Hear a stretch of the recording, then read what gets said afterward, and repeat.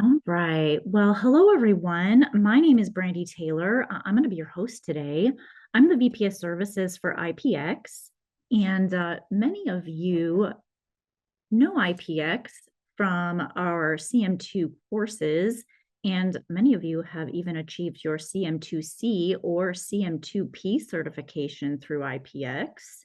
In addition to our CM2 training, we do have a dedicated services team. And so this team consists of process improvement experts and technical PLM specialists who can write precise requirements, evaluate, and guide the selection of various tools, including PLM, for your organizations. And beyond tool selection, IPX also ensures the efficient and effective implementation, along with robust testing, training, and deployment of these powerful tools. So processes and requirements should lead, and our tools should follow. So this demonstration is hosted by the IPX International CM2 Congress, and the Congress is a cross-functional industry forum created by IPX.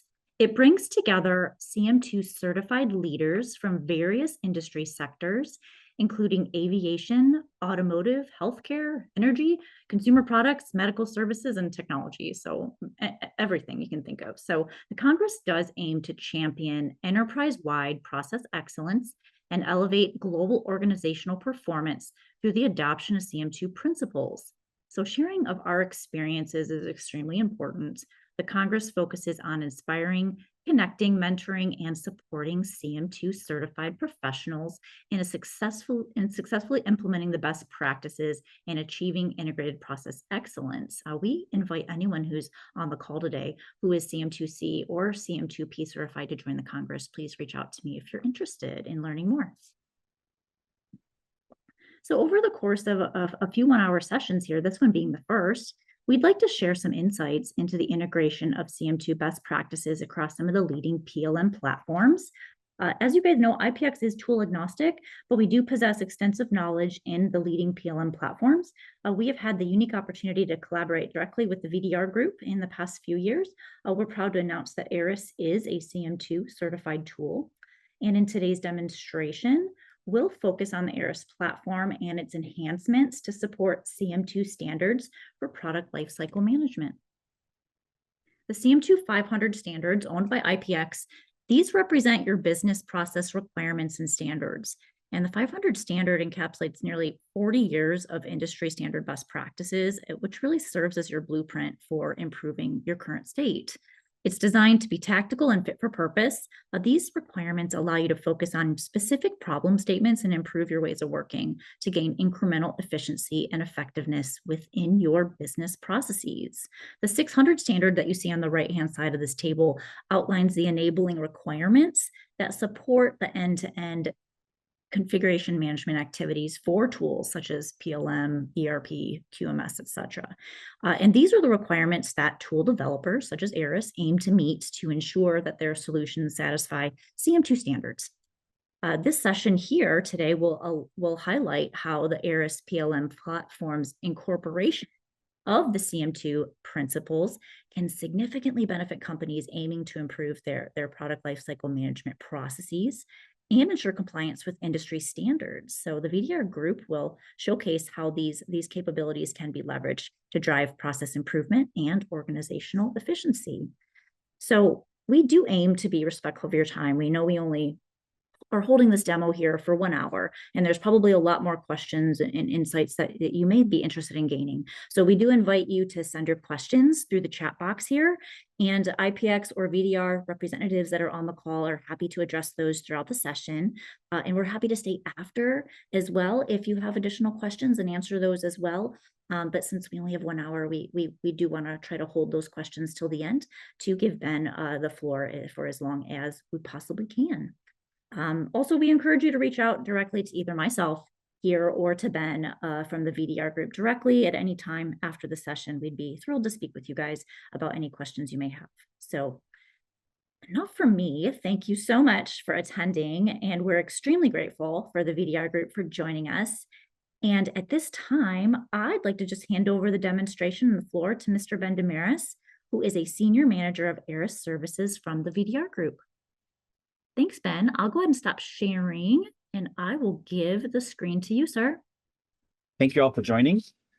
So I thought in the spirit of, agile methodology that we all use for defining requirements and things like that, both IPX and VDR uses as we do services and we work with customers to define requirements, I figured I'd write one out on what the demo is going to consist of. So I have 3 areas which I'm going to cover here. So, as an employee, I want to create an IR to recommend a quality process change so that it could be investigated and considered for updating.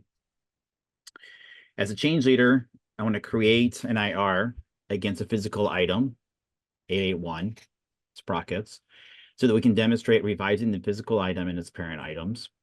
And then the last one, as a change leader, I want to create an IR against a physical item, 887, which is a tube. And you'll make sense why I'm using these names here in a second when I talk about the product structure I'm going to use, so that we can demonstrate revising a physical item without revising its parent items. Okay. So I just wanted to go through some nomenclature that I want to make sure that we're going to focus on. We're using the same CM2 nomenclature, so which means that as I show you the interface, you will see things called physical items, data sets, CAD data sets. Those really represent as if you think of parts, documents, and CAD documents in the system. Okay. And so as part of the implementation with implementing CM2 and Aras, we do use the nomenclature. That's what I'm trying to get to here. So you'll see that I have things called IR, and that's really what's called investigation requests, also known in some terms of problem reports. You might have seen that. Also with the CR, it's a change request, also known as ECR, engineering change request. And because really the CM2 process is not specific to engineering, it is really broad. It's enterprise, really. So the CR kind of fits that. This is not only engineering, and I'll kind of not focus on it, but I will mention that as we go through the process. And again, the last one is the CN, the change notice, right? You've also seen it as called as ECN, engineering change notice. So as you see down here, down below in logo, we'll go from an AR to a CR to a CN. So I will demonstrate going through that whole process. Okay. So I am going to use some CM2 roles as part of this process. And for those of you that are familiar with that, you probably have known, you've seen the change owner, change leader, change implementation leader, change review board, and the team leader. Okay. So those are the ones I'm going to try to focus on here. Okay. So do you see my toolbar on top, Brandy?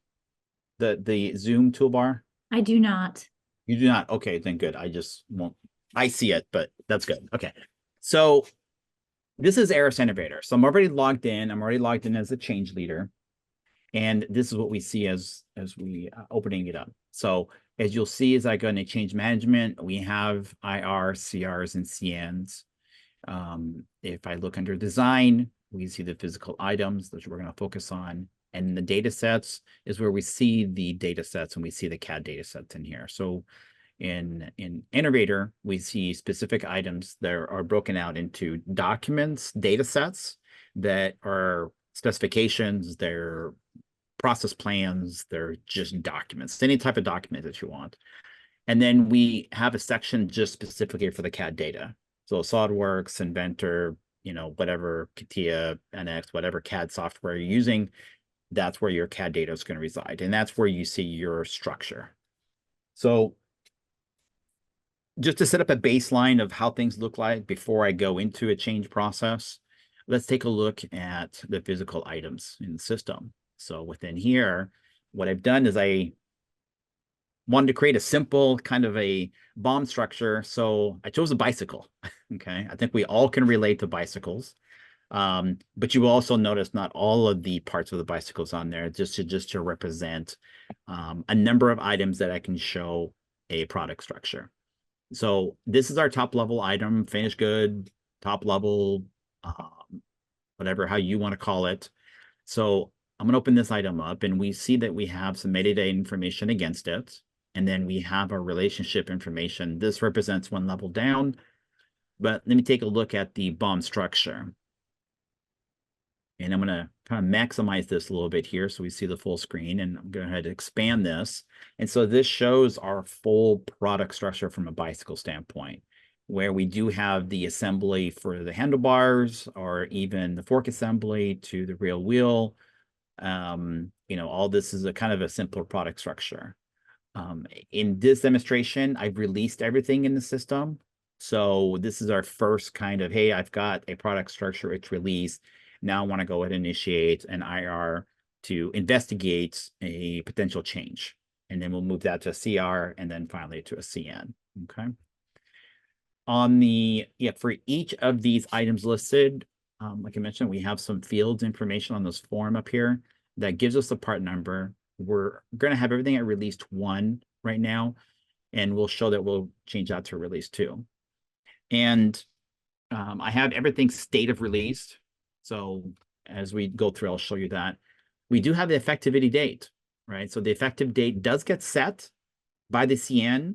Well, you can identify it as part of the CR as well, but when the CN is completed, whatever effectivity you've defined on there will be pushed over into this item here. So, and then we have the assembly components and things like that. The last notable thing here is the CN process here, so the number. So whenever a physical item is tied to a CN and it's released for this specific revision, each revision will have its own CN that was released again. So you can always go back to the CN and take a look at what constituted the release of this one. Okay. And if we have any changes pending, if we have any active CNs on there, this will be checked. And I'll kind of show that as we go through the process here. So one other thing I wanted to show you was just a CAD data set. We do have some CAD data sets tied to that. It's more representative of what they are. So here's my bicycle. As you go through a process change, you may change the physical item, but you may also want to change the CAD data or the documents, the data sets that are tied to it. Okay. And again, we do tie against the CN that was modified on there, right? You have a choice to make when you modify, you want to change a physical item. You may choose to change the data sets or not. It's based on your changes that you're putting in there, and if it necessitates a change. Okay. So let me go back to physical items here, and I'm going to go ahead and just search for an item in the system here, and we'll call it 881 here.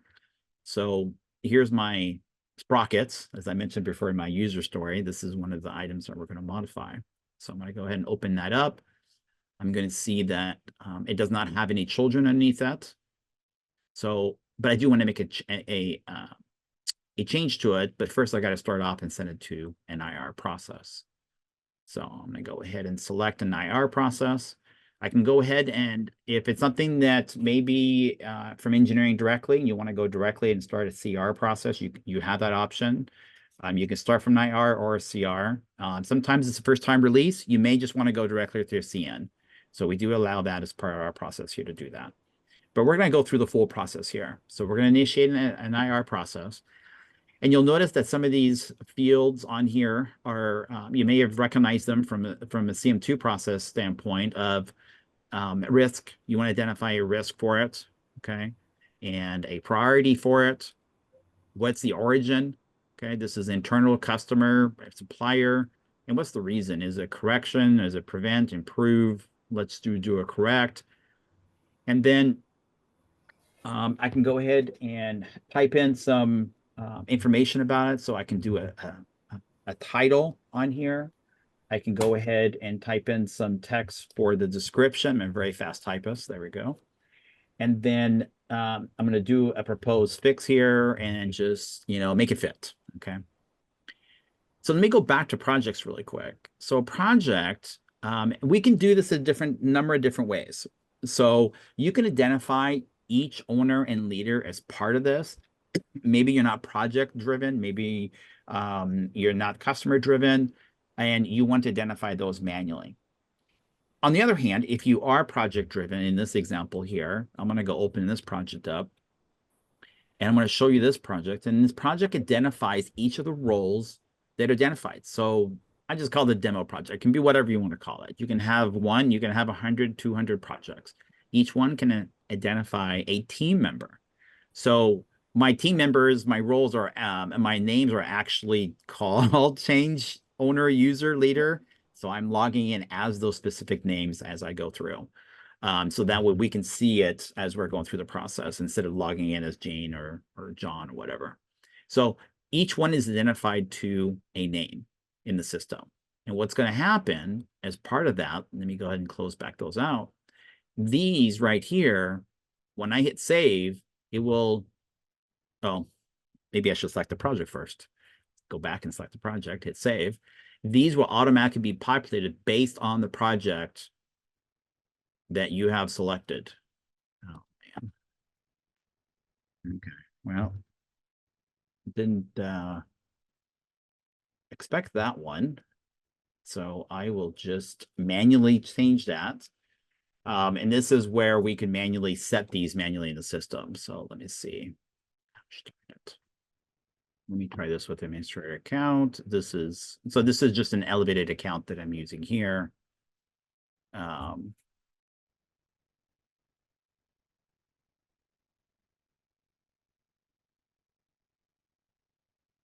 there's my sprocket here. Let's try this again through here.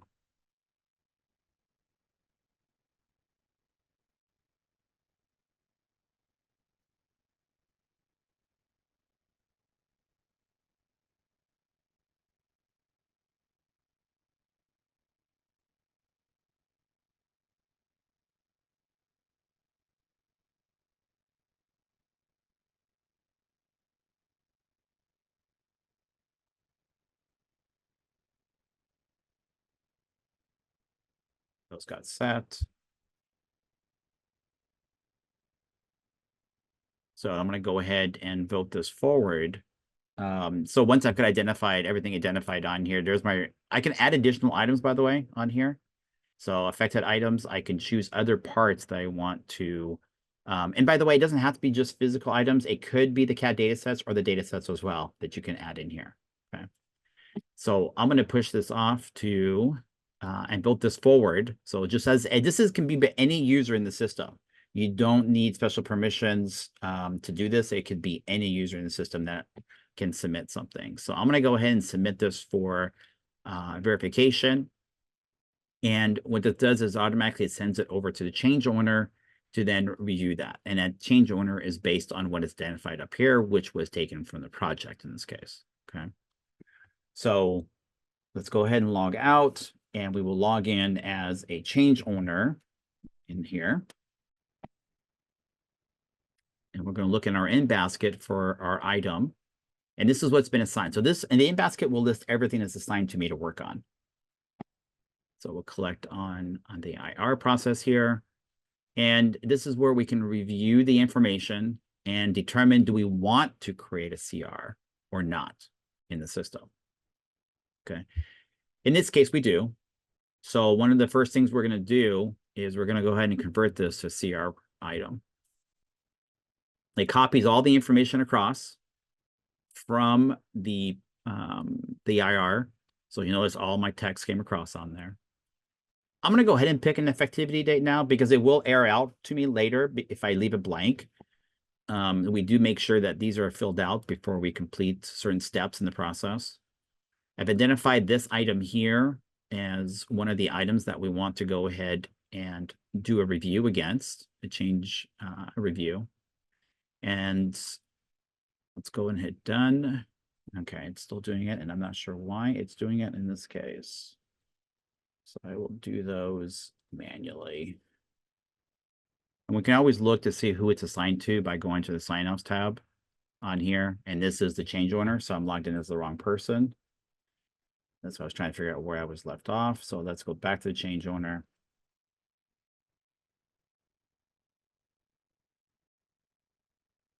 And I'm going to quickly just open this up. And I'm going to go initiate my IR to CR.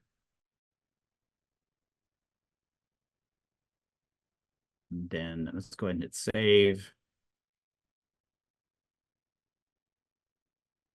Yeah, that was my issue. I didn't reset it. So apologize on that. Let me go ahead and set my effectivity date on here. Everything is good here. So I want to show you that also if I hit done on this, the IR that this came from is shown here as well. So it will, now you can add additional IR. So let's say you have 5 IRs that's going to go into one CR. You can add as many as you want on here.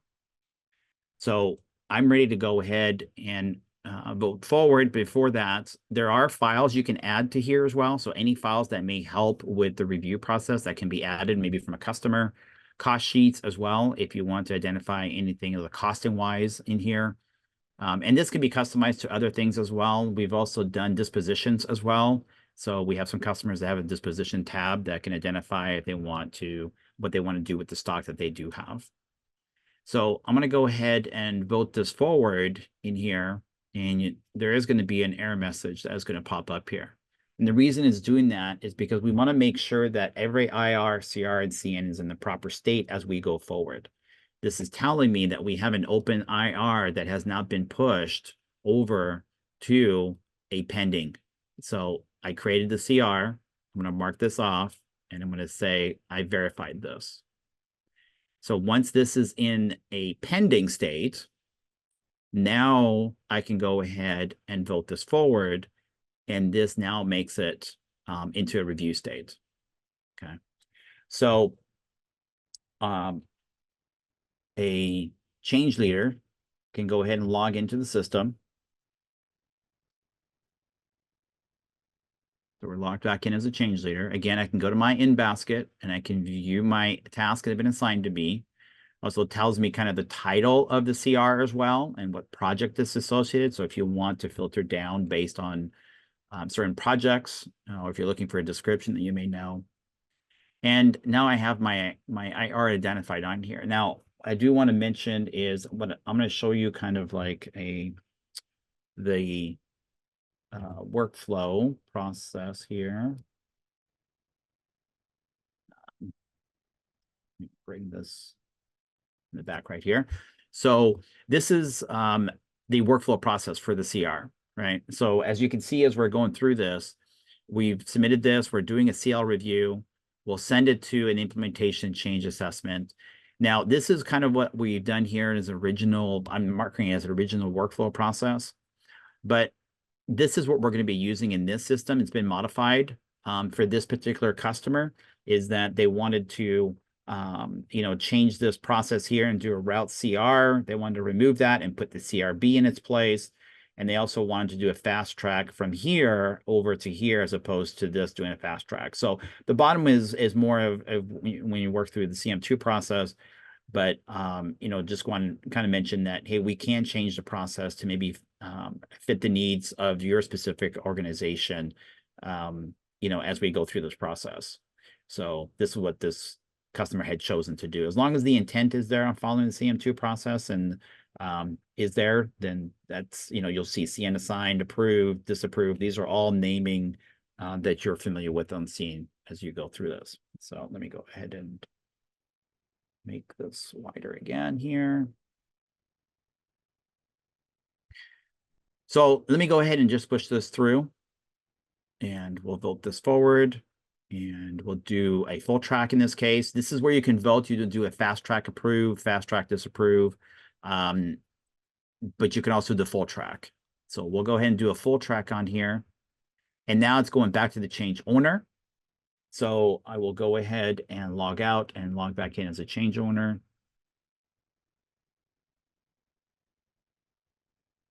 And we'll go back to our in basket again, and we will go and look at our work item.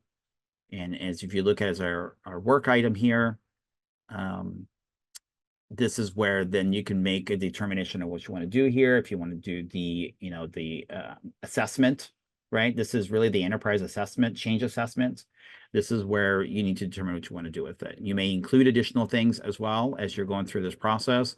So for example, you may determine, we have what's called the impact matrix in here, and it all shows me one level up and one level down. So we've got CAD data that's below it, but I also have an assembly. So I can go ahead and choose to do an interchangeable change, and then it will also revise this item.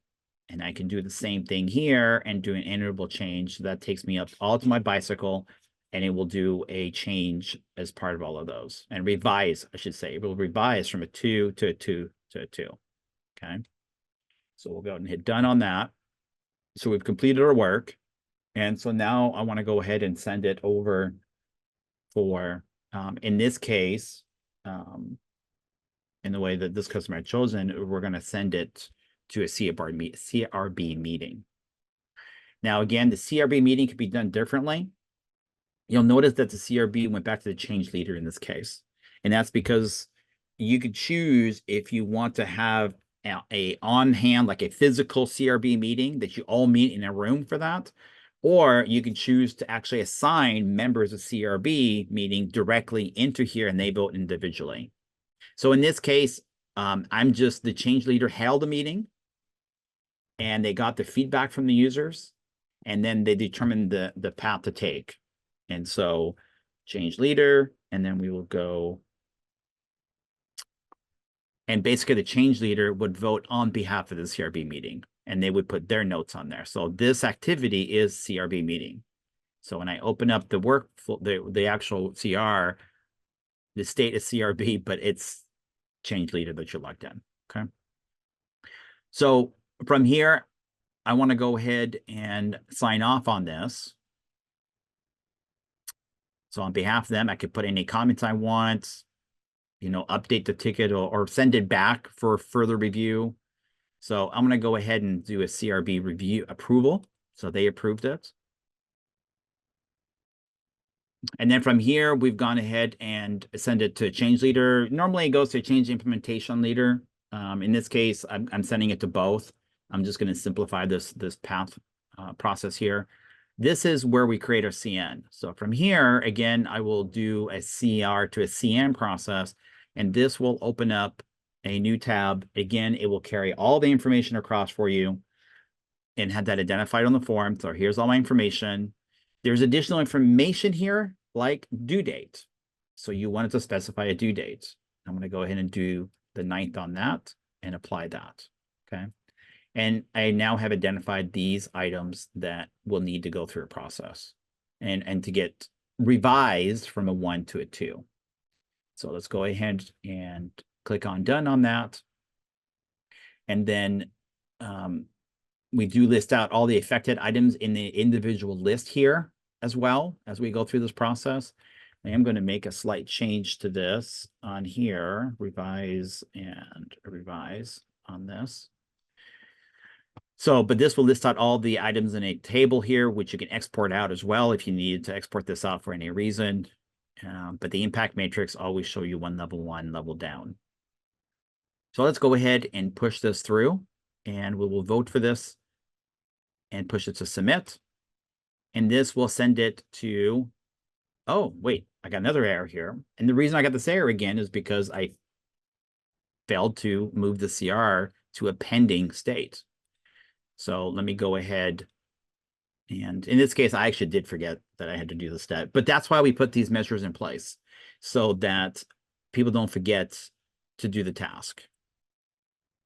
Now this is a pending state. So we'll go ahead and vote this. And I'm showing a path forward on this. Anytime you can go backwards as well on this. And whenever you go backwards, you can go in circles like I kind of shown you as part of this process here. You will see that it's got, paths that go backwards, right? You can go from CRB meeting back to here and go, you can loop this out. And anytime you can cancel, right? So these are all directional things that you can configure as part of the system, okay? So, and change implementation leader, because this is not a fast track either. This change implementation leader will have 2 steps on here, which I'll just kind of go through it. So from here, they can go ahead. This is implementation planning right now. I will go in here and I will go ahead and identify this and review it. Yep, looks great. If I go to my CRs, this will identify the CR or CRs. Again, a CN can have multiple CRs tied to it. Okay. Now, if I go ahead and open this CR, one thing you can't do as well is the other direction is, here's my IR that I had planned for it. Here it is.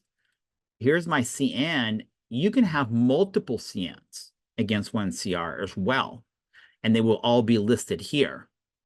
Okay. So you have the option, again, it's one CN to multiple IRs or one IR to multiple CNs. Okay, so that is available as part of this option, this configuration and how this is implemented. So I will go ahead and vote this forward.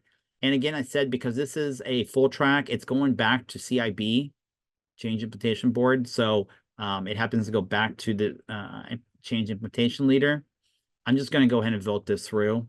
I'm hoping you guys are familiar with the Change Implementation Board. And this takes us into in work. And this is where the actual parts, the physical items, the data sets, everything gets revised per what I've identified here. So in this case, I went ahead and changed this. It went to revision 2 on all of those. Let's just pretend that, you know, as a, again, who is this sent to? Change owner. So let's just pretend that the change owner did all the work. You know, they spent days doing it, weeks. So we're going to go and just vote this forward just to go through the process. Okay, so we'll just push this through. We do have what's called check for completeness to make sure that we have certain conditions that are met as well. So for example, if you're releasing a parent item, but the child is not released, it won't let you release. But these are controlled based on each organization and what kind of guidelines or guardrails, we call them, on what you want to put in place, validations that you want to have in place. In some cases, you may want to release a parent without its child being released. But in cases you may want to, but you can choose what you want to do there. So we've completed our work as a change owner, and now it's gone to a team lead to actually review your work. Okay. And this is where typically the audit is done as well at the same time. And let's see, let's go back to this one. Let's see if it's going to show this one more. So this is where we went from update data sets. We went to approve data sets. And this is what I was mentioning. The audit is usually part of this process as well. Okay. So you can have any number of people who actually will review that. In this case, I only have a change leader to keep this process simple, but you can add as many people that you want to. So as we're going through this, notice that we do have the status, dispositions, and maturity. These are things that you've probably seen as part of the CM2 process, and those are updated as we go through this as well. So this position was approved. We're at open state. We're at reviewing. This is review state. So we're reviewing the maturity on this. So as a checker auditor, I can go through this. And what I'm going to do here first, I'm going to open this item. And then from here, I'm going to open this item because I want to show you something. So notice that this is a pending state. This is a pending state. This is in review. So I'm going to go ahead as a change leader, a team leader. I'm going to go ahead and approve this. And when I approve this, this completes and releases this item.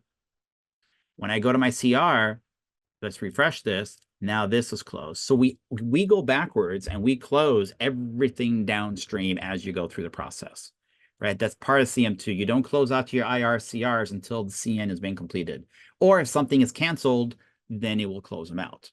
So if I review that, that's been closed as well.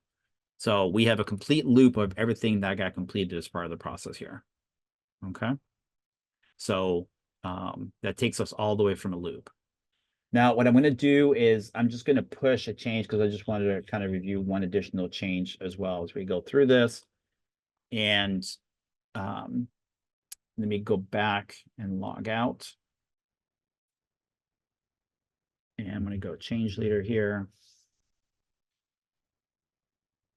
And in this case, I'm going to go to my design. So I did user story 2. I'm going to do user story number 2, or 3 now.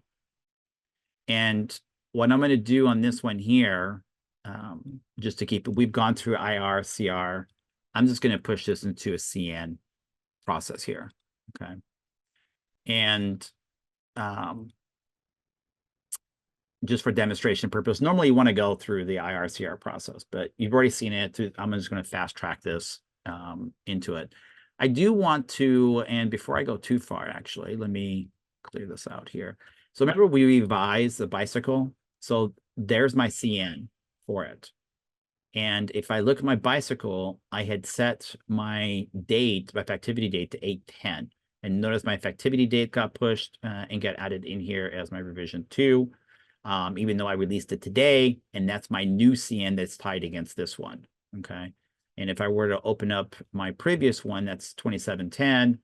If I were to look up the previous released one in the system, you notice that it's 27/09. So each one are tracked against their specific revisions in the system. So let's go ahead and push this through in here. Simplicity's sake here, I'm just going to just put some text on here, fill this in really quickly, because the intent is not to go through the process, but just to kind of show you how one of these other features is going to work here. So I'm going to put this as the 9th. And notice that this item is tied to 2 parts, 2 parents. So I got a wheel. This tube is against these 2 wheels right here. So both of those at review state. And I can go ahead and say, okay, I want to go ahead and push this forward. But before I do that, I wanted to determine what I want to do with these. So I'm going to go ahead and right click on those. I'm going to make them interchangeable. One thing I'm not going to do, though, is I'm not going to revise these parts on here. Okay. Earlier I did. I revised this part and its parent all the way to the top level. Going to hit done on this. And as a change leader, I will go ahead and push this through. And that's going to go to implementation leader. So I am doing a fast track on here. Actually, I didn't need to edit that. Fast track. And let me go ahead and log in as a change implementation leader. Change implementation leader. Go to our unbasket again, right? Open up our CN. And look at it. Yep, everything looks good, right? So I can go ahead and just push this forward. And this is going to skip CIB this time because we're doing a full track. So it's going to go to update data sets, and both of those got changed. Now you would think that if I change this without changing its parent, that this is going to become orphaned. And right now, you're right. It is these 2, the revision 2 is orphaned right now. It is not connected to any parent item directly. So revision 1 is what was released, and this is in change. But what I am going to do, though, is log in as back as change owner on this one.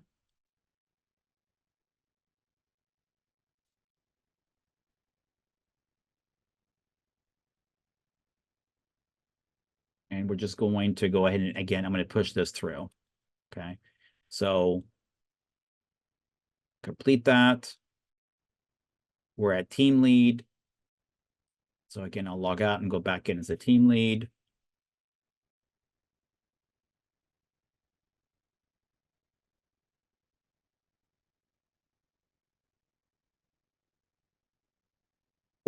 And I'm going to do the final sign off on here. So let me, before I do that, let me go ahead and open up this item here. This is a current revision here. Actually, I don't want that one. I want this one, actually. So this all shows Rev 1. And there's my tube that shows Rev 1.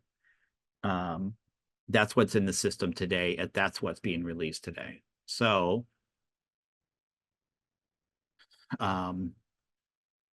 let's go ahead and push this through.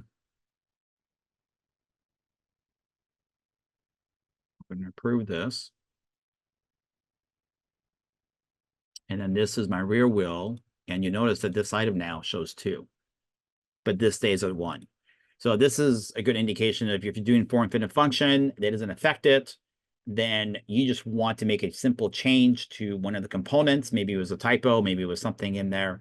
You can go ahead and do that without affecting its parent item. So you can still, you have some options, basically what I'm saying here. Okay. So one of the things here is I'm going to do is user story 1, and I wanted to bring this up as interesting, but a CM2 principle, right? In CM2 principle is that a IR, CR, and a CN, we're so used to thinking, oh, this is engineering, right? That's why if you think about it, engineering change request, it's no longer engineering change request, it's a change request. So from here, I can create any user out there can create any item that they want in the system. And they can identify simply by putting information in here. This is internal and this is going to improve our process. And I had some text for that, but I don't enter my text.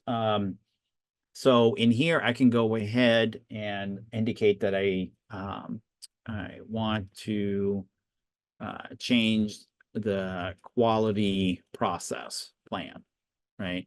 It's any recommendation from anybody in the company. It doesn't matter who you are in the company, right?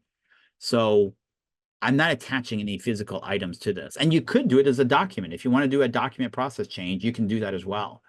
But maybe you just want to do some improvement somewhere. You just got an idea that you want to say, hey, I want to submit this across. I want to investigate this.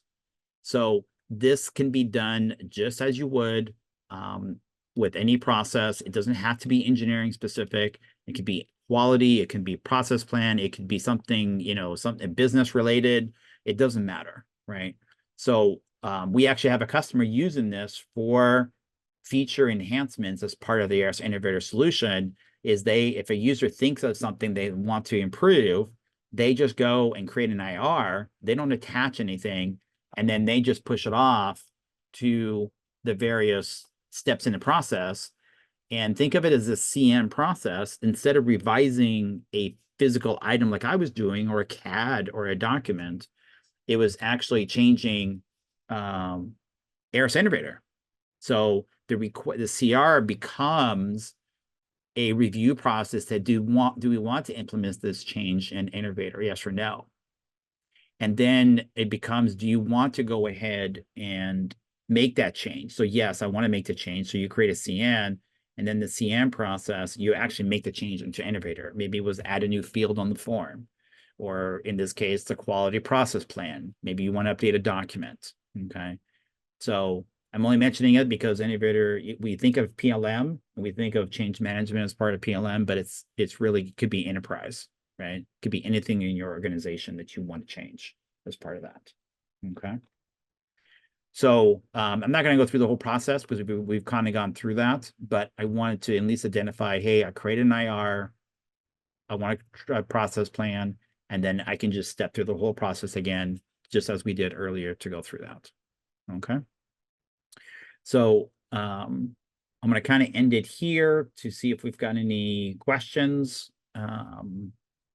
And I know there's been some chatting going on, and I'll let Brandy or Lloyd kind of guide me if there's something that I can answer or demonstrate on here as well.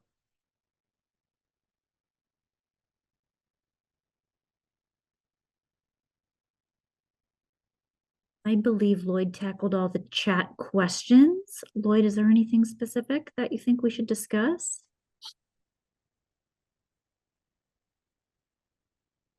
There we go. Yeah, Ben, there was a question that I kind of answered, and it was in regards to workflows, and it wasn't really workflows. It's is there the sign-offs? Is there another way to sign off percentages and things of that nature with other people? That was just one of the questions. Percentages in who can sign off? What else? What other options do you have for sign-offs? What happens if somebody's not there? Can there be multiple managers? Can there be multiple group managers signing off and things of that nature? I think he was asking. Okay. So what I've demonstrated here is assigning specific people to each one of those tasks. Okay. We do have the ability, and there's different ways to address this. So one is we can assign groups of people. So, if you have a mechanical, electrical, I'll just keep it like to engineering, but if you're mechanical, electrical, and you don't want to do a single user, you can assign it to a group called electrical or mechanical, right? I have a customer that actually, they have a team of people based on a specific customer because it's build to order, a specific customer. So if it's XYZ company, then they want these engineers to be assigned to it. And if it's this other customer, they want these other engineers. So really, we can design this in a number of ways. I'm just showing one plausible way, or actually I did two here. One is a manual entry. Two was getting it from the projects. We've also identified it as well that we can do multiples. I have another customer that says, change owner, I want 2 people. Not groups, but I want to assign 2 people for that project. So in the project area, then you would see multiple, so in the roles, let me get there. So in the roles identified, like for a change owner, I could put 2 change owners on here as well, right? So there's a number of ways that we can assign those. If, for example, maybe someone's sick that needs to, they can't work on a particular item as well, we do have the ability to go ahead and have a designated group of people to change the owner here as well. So we can change it to somebody else in the system. I don't have the rights as this user to do that, but as an admin or a designated group, this is called workflow administrators. This is customizable per workflow. I can set it up where I can replace them with somebody else if I need to. And Ben, you mean configurable, not customizable, right? This is configurable. Did I say customizable? Sorry, it's Yes. configurable. This is configurable based on which workflow or global. This out of the box, when I do implementations, I start off with a global workflow administrator group. And then based on customer requirements, we may change this to have a specific group of people that can administer IRs or just CRs or just CN or all combinations. So it's configurable. Yes. Thank you, Thomas. Okay. And there's also other things on here because I know Lloyd mentioned, maybe some waiting. And so we do wait votes. So this means that this person is 100%, but if I had 3 people, like CRB, think of CRB, I can have 4 people on there and I can give them 25% weights for each one. And they all have to vote before it goes forward. And I can also make it where even though I reach 100% weight, I can say that this group is required. No matter what, at least that person can go ahead and they have to vote as well. Okay.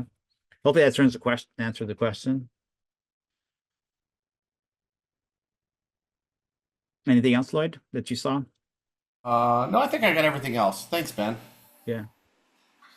So anything else, Brandy, do you think I should mention, or Thomas I should mention, or I think we're good, or show? No, I think that's great. I'd love to entertain any questions if anyone has anything from the audience. Please feel free to raise your hand or just chime in. Well, if there's nothing, thank you for joining, and I hopefully provide some insight of how the CM2 process can work within Aras Innovator. All right. Well, thank you so much to everyone, and we thank you so much for attending.